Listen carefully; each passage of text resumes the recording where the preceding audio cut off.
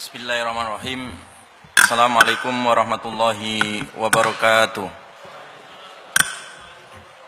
Alhamdulillahirabbil alamin. Wassalatu wassalamu ala asyrafil anbiya'i wal mursalin nabiyina Muhammadin wa ala alihi at-tahirin at-tayyibin wa ashabihi ajma'in wa man sara ala nahjihim ila yaumiddin. Allahumma anfa'na bima 'allamtana wa 'allimna ma yanfa'una wa zidna ilma. Allahumma inna nas'aluka ilman nafi'a wa rizqan thayyiba wa amalan mutaqabbala. Amma ba'du.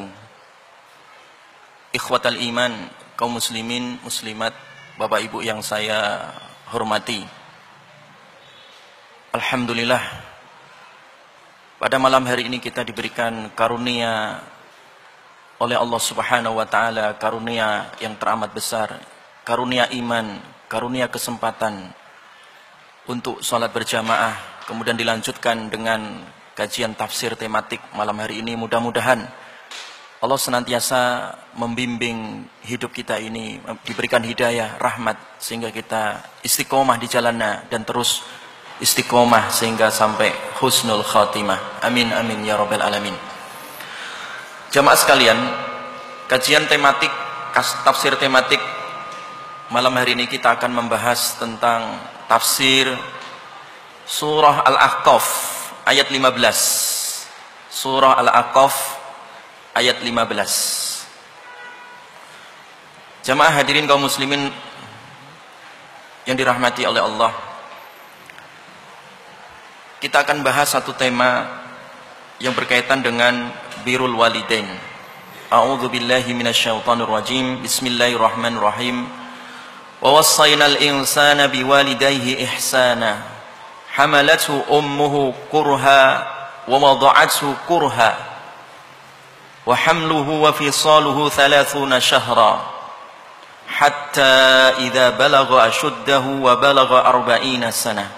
Qala rabbi awzi'ni an ashkura ni'mataka allati an'amta alayya wa ala walidayya wa an a'mala salihan tardah wa aslih li fi dhurriyyati inni tubtu ilaika wa inni minal muslimin. Ayat ini jamaah sekalian, setelah Allah Subhanahu wa taala mewasiatkan kita agar istiqomah di jalannya, agar mentauhidkan Allah Subhanahu wa taala, yang mana tauhid dan istiqomah ini adalah hubungan terbaik manusia, hablum minallahnya, hubungan vertikal manusia kepada Allah. Yang terbaik adalah mentauhidkan Allah dan istiqomah di jalannya. Kemudian hubungan yang terbaik antara manusia dengan manusia, hablum minan nas, adalah berwasiat, berbuat ihsan kepada kedua orang tuanya.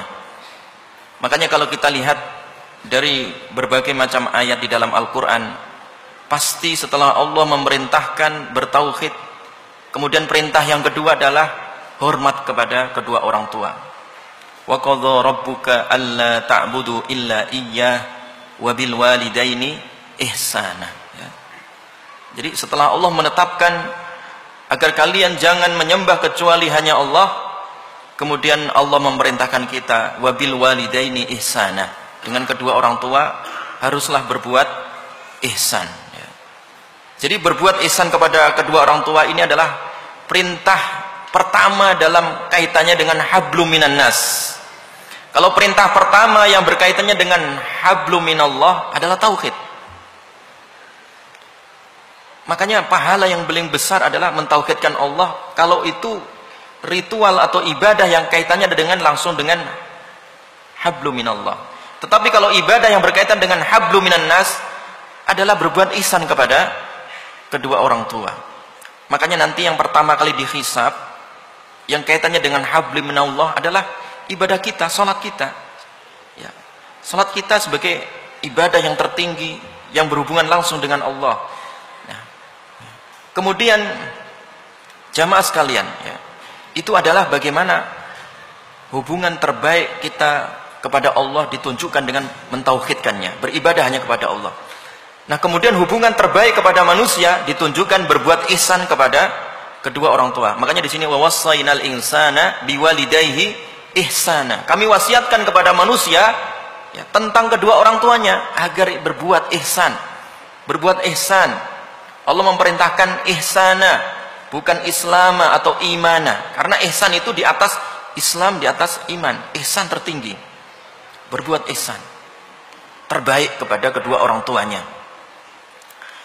Makanya suatu ketika Ibnu Abbas radhiyallahu an datang kepada beliau salah seorang mantan pembunuh, orang yang banyak membunuh orang, datang kepada Ibnu Abbas. Wahai Ibnu Abbas, saya ini seorang pembunuh, adakah jalan taubat untukku? Kata Ibnu Abbas, ada.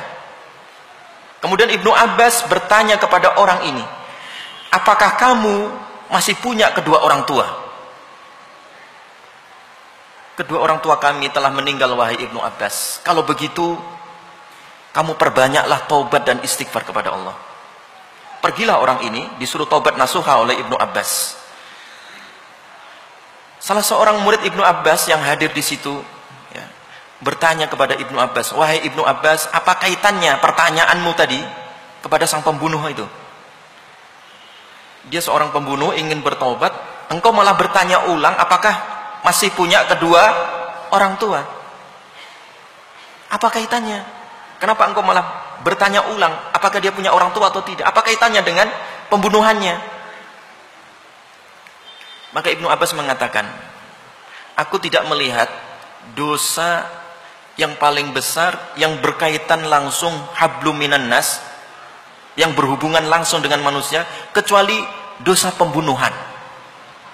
Karena pembunuhan ini adalah berkaitan dengan darah manusia, dan yang pertama kali dihisab nanti, yang berkaitan dengan hablum minan nas, hubungan sosial manusia tadi itu, adalah masalah pembunuhan. Kalau pertanyaan hisab yang pertama yang dikaitkan dengan hablum minallah adalah salat, tetapi kalau kaitannya dengan manusia adalah masalah pembunuhan. Dan itu dosa besar, paling besar. Dan Ibnu Abbas mengatakan, dan aku tidak melihat pahala yang paling besar yang berkaitan langsung dengan hablum minan nas, melainkan pahala berbakti kepada siapa? Kedua orang tua. Aku berharap dengan pahala yang begitu besar mampu menghilangkan dosa yang begitu besar pula. Inilah luar biasa tafsiran Ibnu Abbas. Bagaimana mengaitkan antara ketaatan kedua orang tua dengan mampu menghapus dosa yang paling besar, yaitu dosa pembunuhan.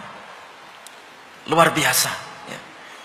Yang berkaitan dengan masalah berbakti kepada kedua orang tua itu betapa besar pahalanya. Sampai suatu ketika ada anak muda yang jauh-jauh datang dari Yaman, datang kepada Rasulullah. Sengaja dia datang karena mendengar panggilan jihad di Madinah, akan ada jihad. Dia datang dari Yaman, minta izin kepada Rasulullah SAW, ya Rasulullah, izinkan aku untuk jihad. Izinkan aku untuk jihad. Jadi pemuda ini minta izin kepada Rasulullah untuk jihad. Dia dari Yaman. Maka Nabi SAW bertanya, apakah kamu masih punya kedua orang tua? Punya ya Rasulullah. Apakah kamu sudah minta izin? Nah ini pertanyaannya, sudah minta izin belum? Belum ya Rasulullah. Fabihima fajahid. Kalau begitu pulanglah, karena di tangan kedua orang tuamu itu ada jihad. Makanya Nabi SAW suatu ketika ditanya ya, hadis ini adalah dari Abdurrahman ya, Abdullah ibnu Mas'ud. Qal sa'altu Rasulullah sallallahu alaihi wasallam ayyul a'mal ahabbu ilallah. Amal mana yang paling dicintai oleh Allah?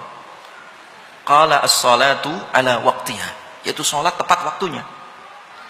Summa qultu summa ayyun. Kemudian amal apa lagi ya Rasulullah? Qala birrul walidain. Birrul walidain. Setelah kamu salat tepat waktu, itu yang paling bagus. Kemudian yang kedua, birrul walidain. Coba lihat jamaah sekalian. Hablum minallah ditunjukkan dengan salat. Hablum minan nas yang pertama adalah apa? Birrul walidain. Kemudian orang ini tanya lagi, summa ayyun ya Rasulullah? Qala al jihadu fi sabilillah. Kemudian apalagi yang paling bagus ya Rasulullah? Jihad di jalan Allah. Jadi jihad setelah taat kepada kedua orang tua.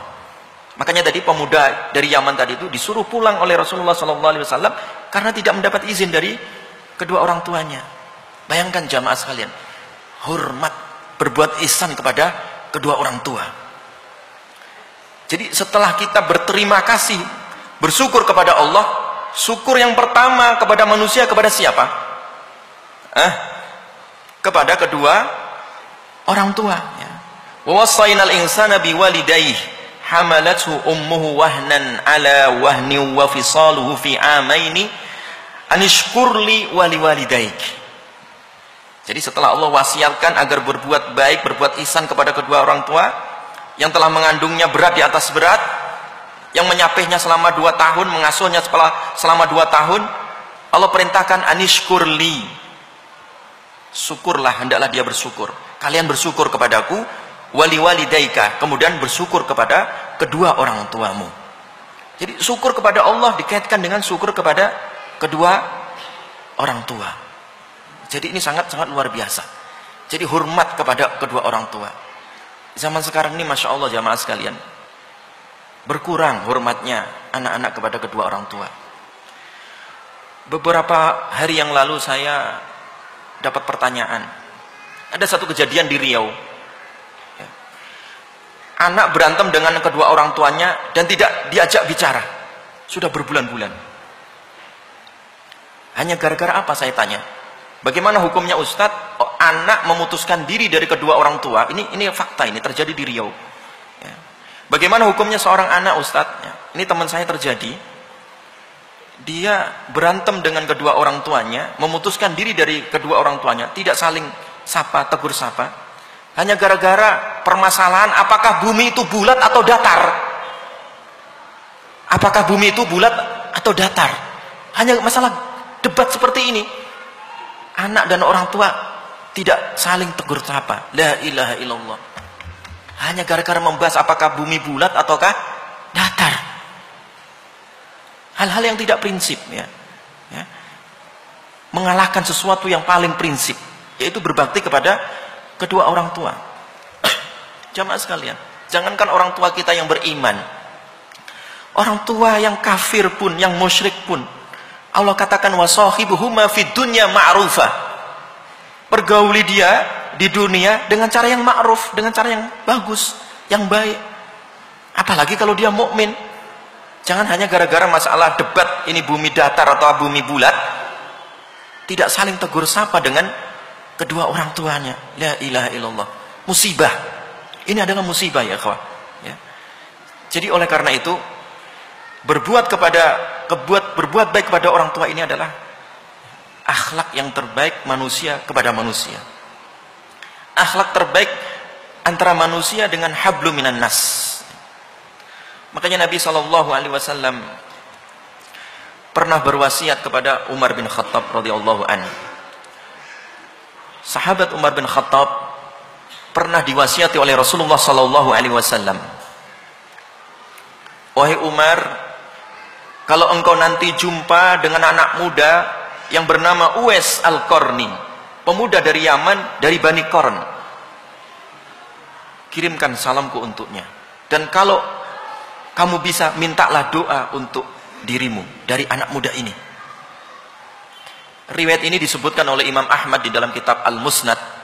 Sampai Imam Ahmad itu menyebut Fadail Uwais Al-Qarni, salah seorang anak muda yang dia bukan sahabat, dia kalangan tabi'in yang Nabi tidak jumpa dengan anak muda ini.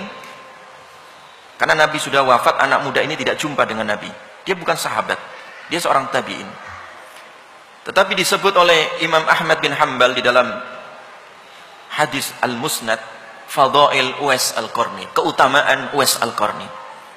Sampai Nabi kirim salam untuk anak muda ini, ya, dan memerintahkan Umar agar minta doa kepada anak muda ini. Hadisnya sahih. Ya. Kalau kamu mampu, ya, sampaikan salam dan mintalah doa kepada anak muda ini. Nabi sudah wafat, Umar belum jumpa dengan anak muda ini. Ketika masa Khalifah Abu Bakar As-Siddiq radhiyallahu an, Umar juga tak jumpa dengan anak muda ini. Setiap musim haji, Umar selalu menunggu dan bertanya, hal fikum Uwais? Hal fikum Uwais? Adakah di antara kalian itu yang bernama Uwais dari Bani Qarn, orang Yaman? Tidak ada, wahai Umar, tidak ada. Ditunggu lagi dari tahun ke tahun, ditunggu sampai beliau menjadi seorang khalifah. Ditanya hal fikum Uwais, hal fikum Uwais. Setiap rombongan haji yang datang dari Yaman ditanya, apakah kalian ada di antara kalian yang bernama Uwais Al-Qarni? Baru ketemu tahun itu, ya, aku adalah Uwais Al-Qarni.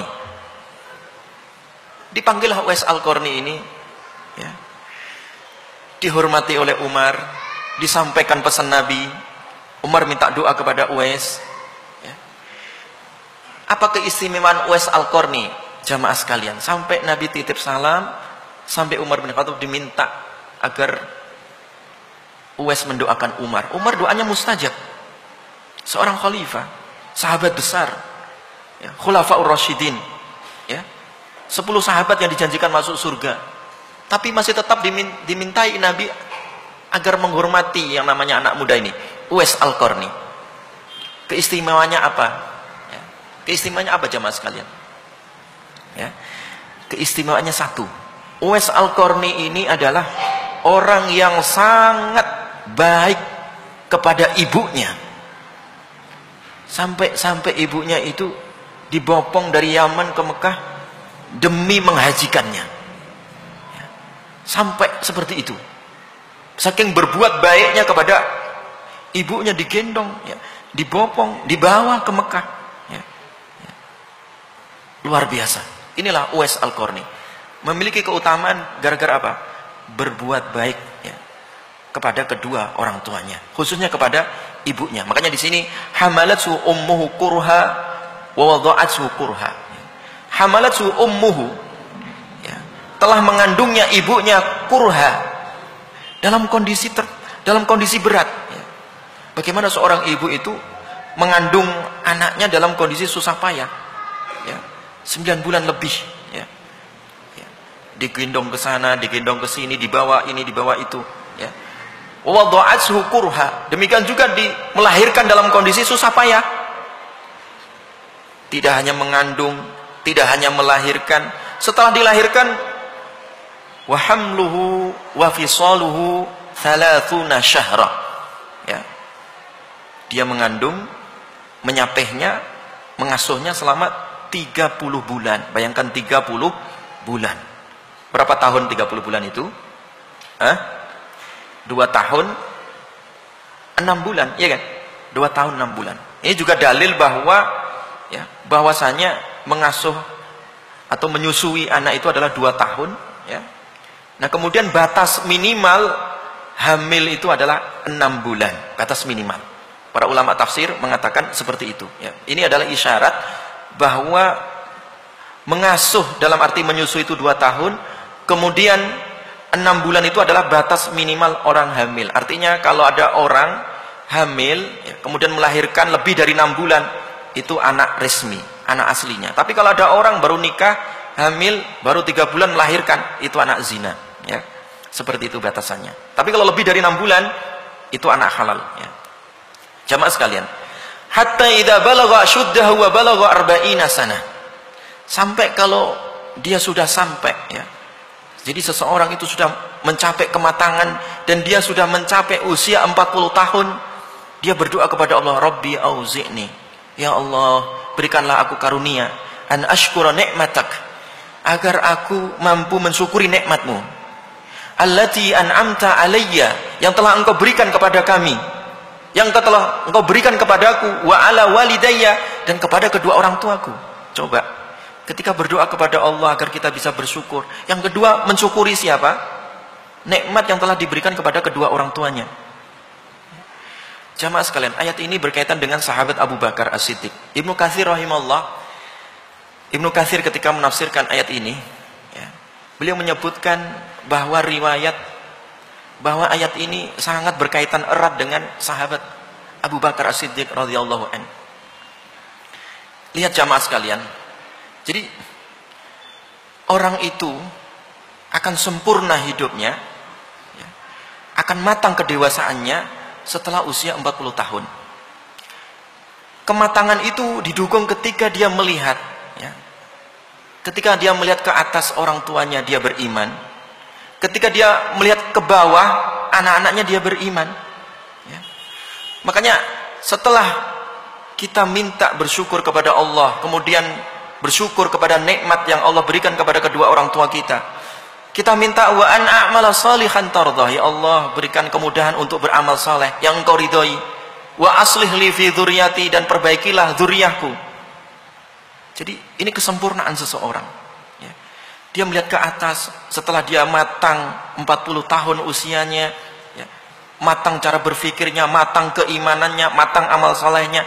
Dia melihat ke atas orang tuanya beriman, melihat ke bawah anak-anaknya juga beriman. Dzurriyyahnya adalah dzurriyyah yang salihah, beriman.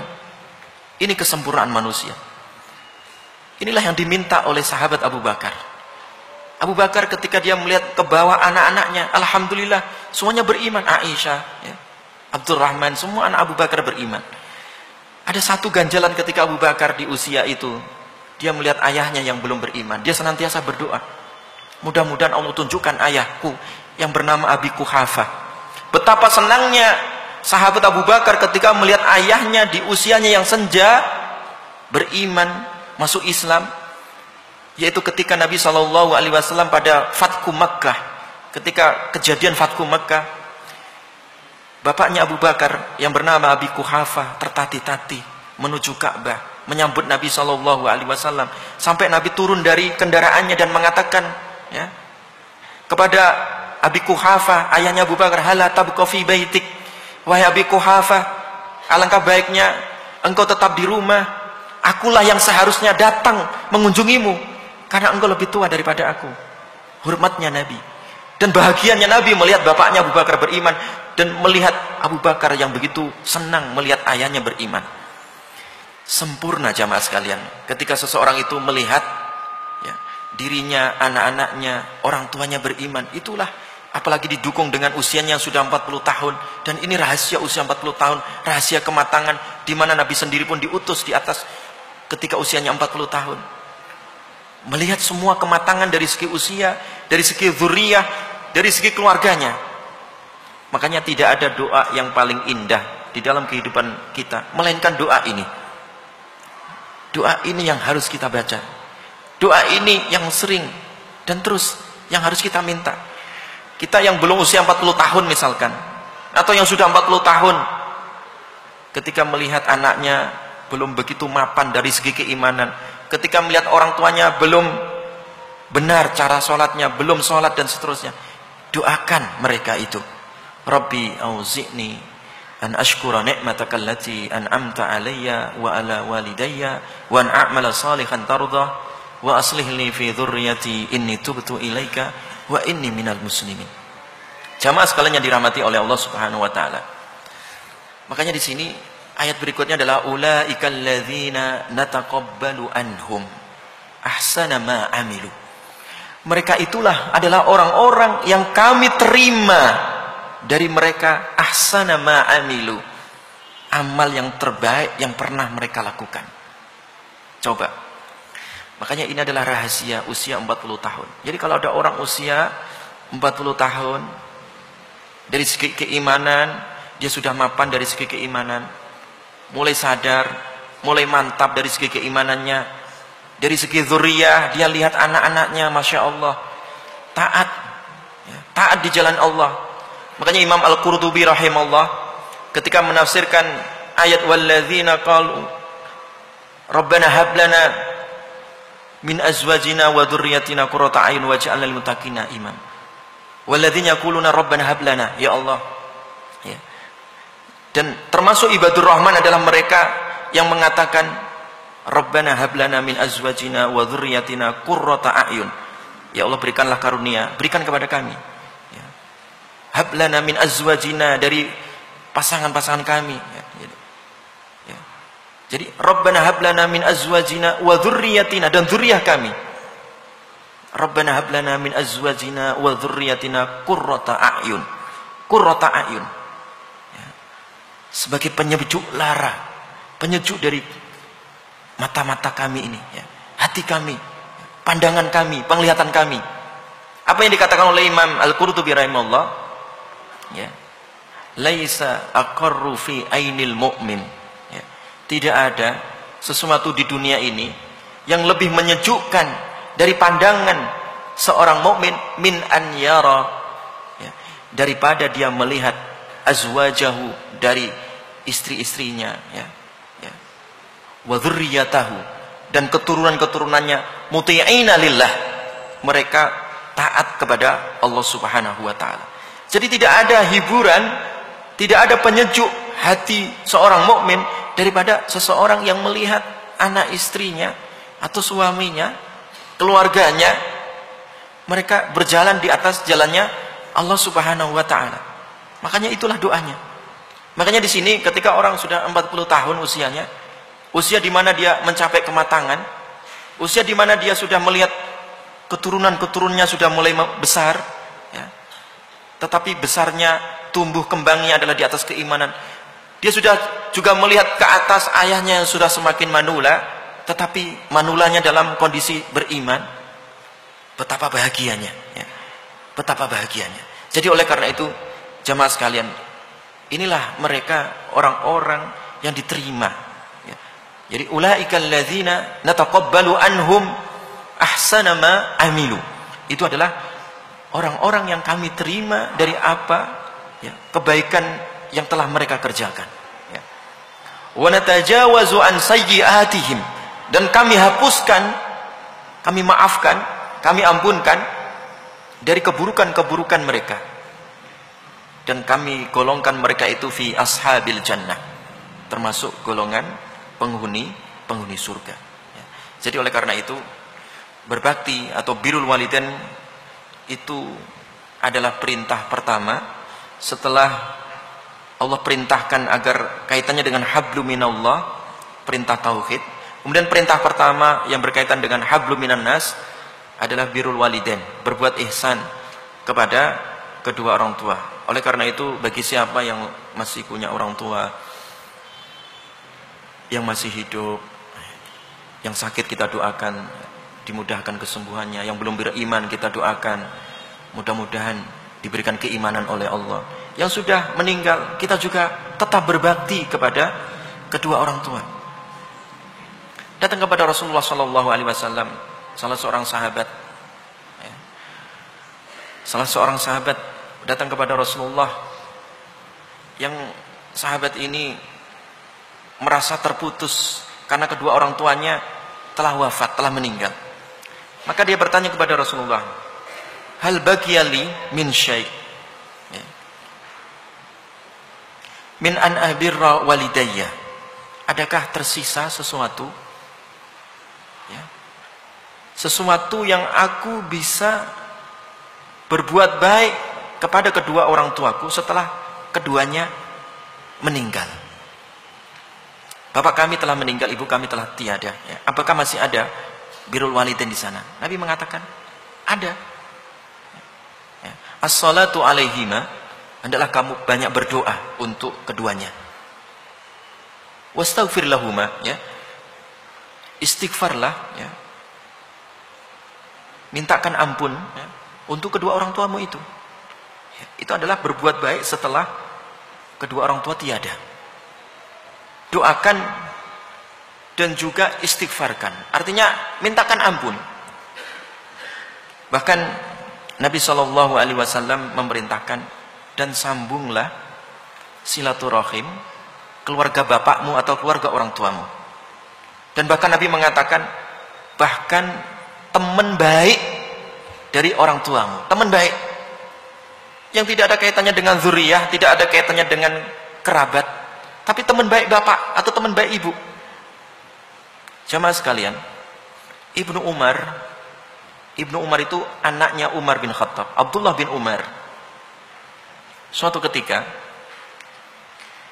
Abdullah bin Umar bertemu dengan seorang badui di jalan,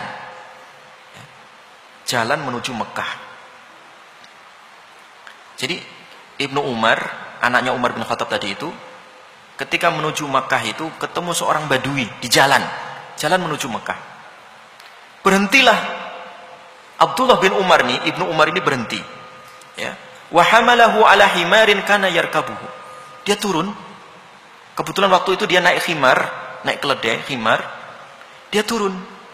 Nah, si Badui tadi yang berada di jalan menuju Mekah tadi, yang jalan kaki, dinaikkan, dipersilakan. Mangga Pak, naik Pak.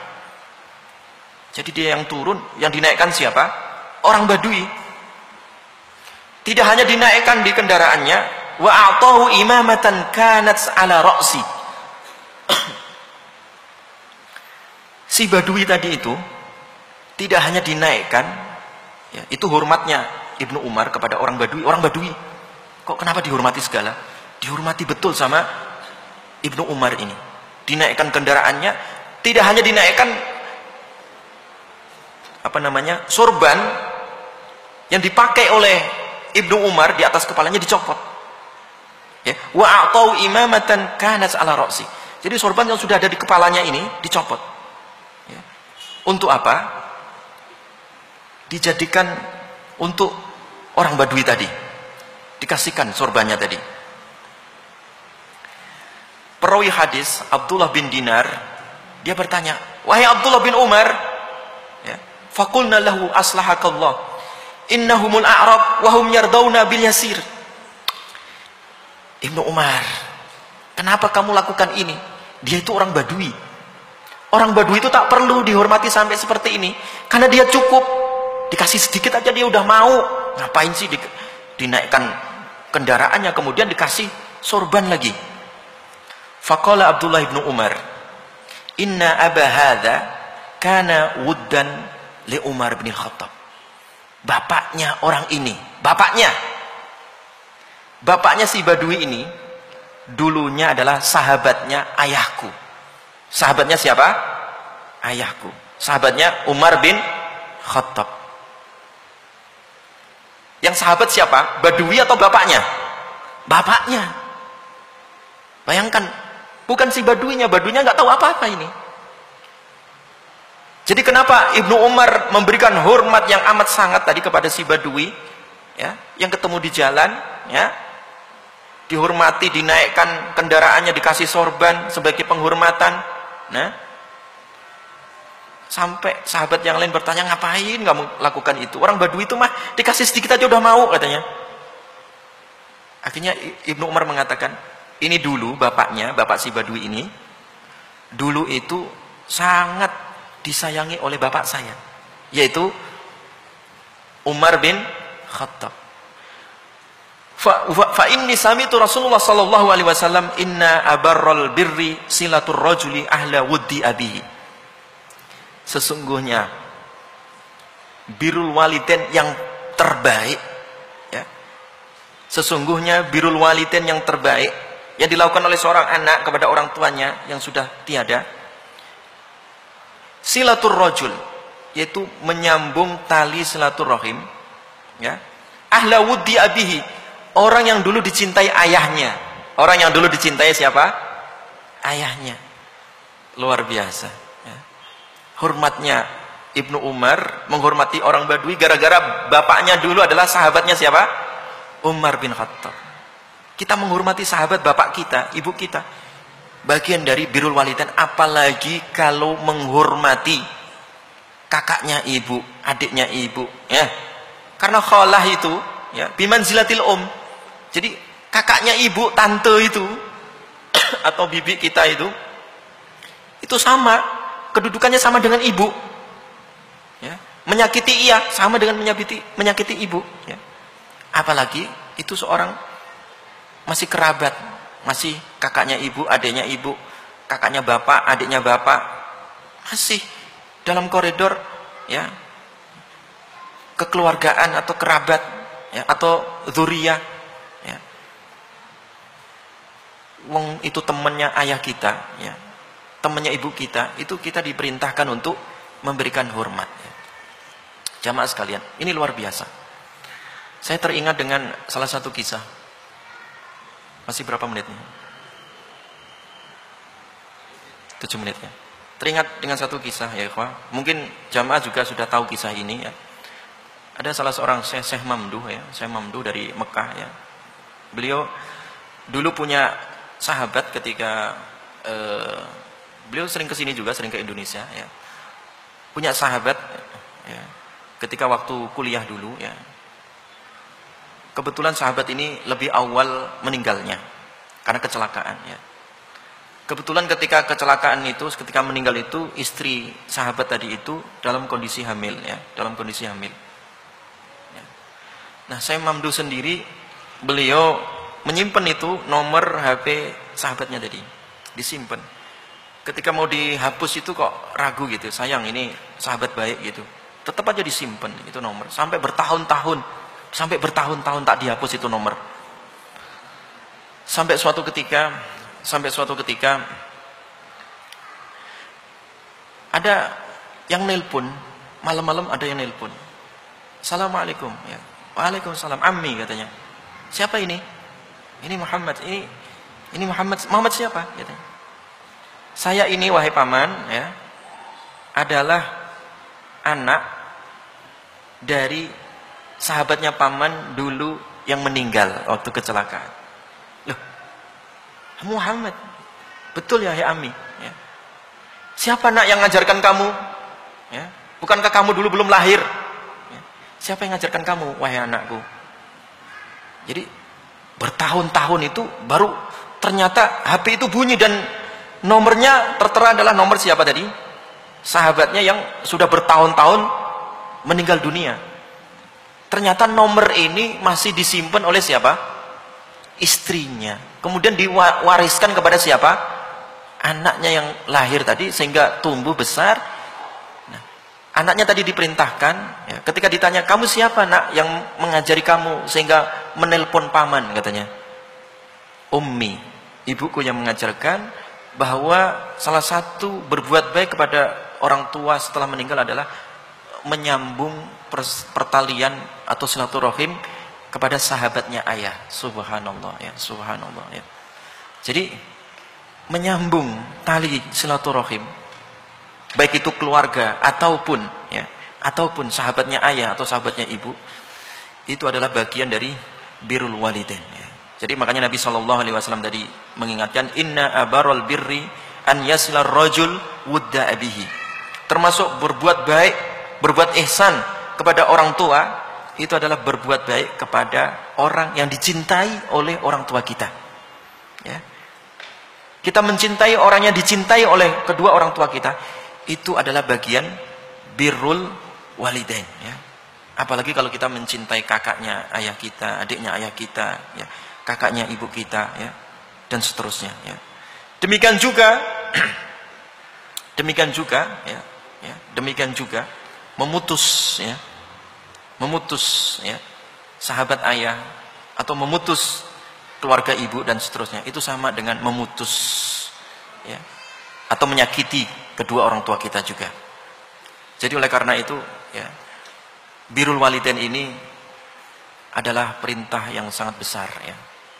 Kaitannya hablum minan nas ya, kaitannya dengan hubungan horizontal kita, hubungan kita dengan manusia. Perintah yang pertama adalah setelah perintah hablum minallah, perintah tauhid, perintah istiqomah di jalannya, perintah sholat ya, perintah tidak menyekutukan Allah, perintah yang berkaitan langsung dengan hablum minan nas adalah perintah yang berkaitan langsung berbuat baik kepada kedua orang tua.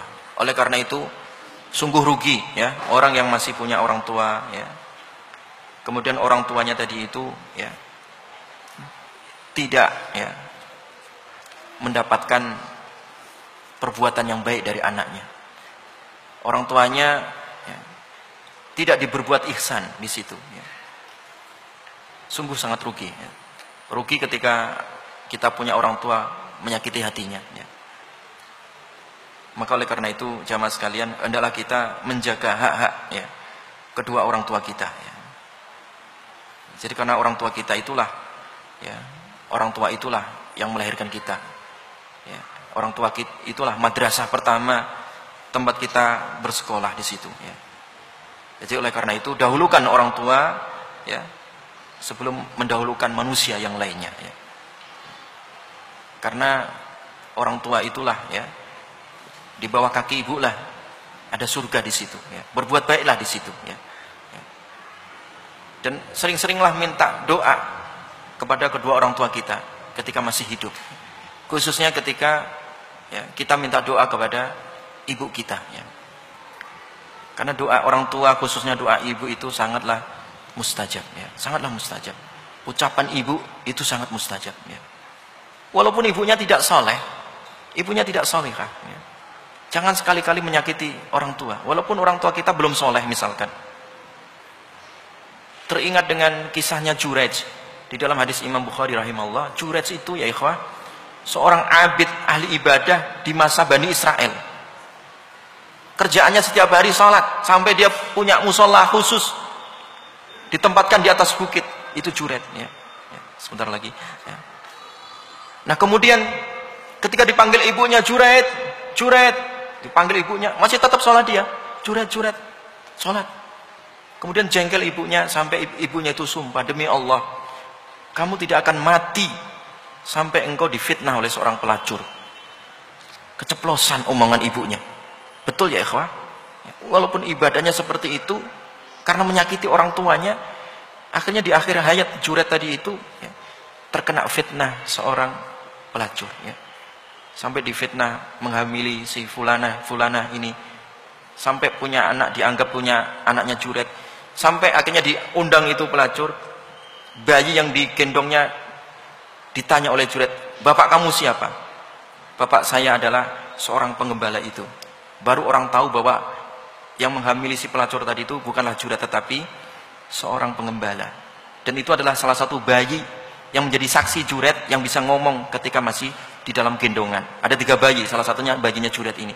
Tetapi walaupun toh demikian, Juret terkena fitnah gara-gara keceplosan ibunya tadi, gara-gara menyakiti hati ibunya. Oleh karena itu, sekali lagi hendaklah kita senantiasa berbuat baik kepada kedua orang tua, khususnya kepada ayah dan ibu kita, khususnya adalah ibu kita ya, karena ibu kita ini sangat luar biasa ya. Berbuat ihsan, hendaklah kita mendoakannya dan terus mendoakannya. Demikian subhanakallahumma bihamdika asyhadu an la ilaha illa anta astaghfiruka wa atubu ilaik. Demikian kurang lebihnya mohon maaf ya.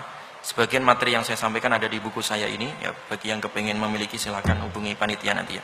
Assalamualaikum warahmatullahi wabarakatuh.